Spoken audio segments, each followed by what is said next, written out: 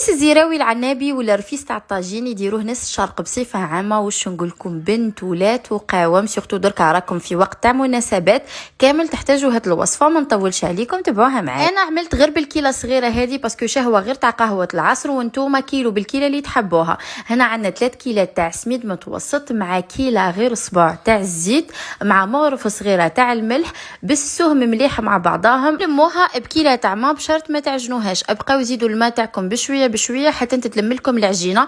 قادر تديكم اقل من كيله حسب السميد اللي استعملتوه. مباشره حلوها فوق ساشي ولا بابي كويسون وقصوها براش كيما قاعدين تشوفوا. ما يهمش الشكل باسكو راح نطيبوها نرحوها من بعد.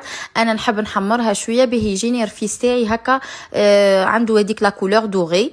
من بعد تحبوا ترحيوها في لاشواغ ولا تصيروها في الصيار تاع رفيس الى عندكم. هنا بعد ما صيرتها مليح درت نص الكيله حليب والنص الاخر مزهر ورشيت به الرفيس تاعي بيان حتى نشرب لي مليح. ومن بعد حطيته يفور الطفويره الاولى. بعد ما فار لي وهو سخون درت له مغرف زبده ومغرف تاع عسل مع شويه تاع جوز. حبيتوه معسل بزياده زيدوا له الزبده ولا عسل، زينوه بالجوز والسكر غلاس وشهيه طيبه. نتمنى تجربوه.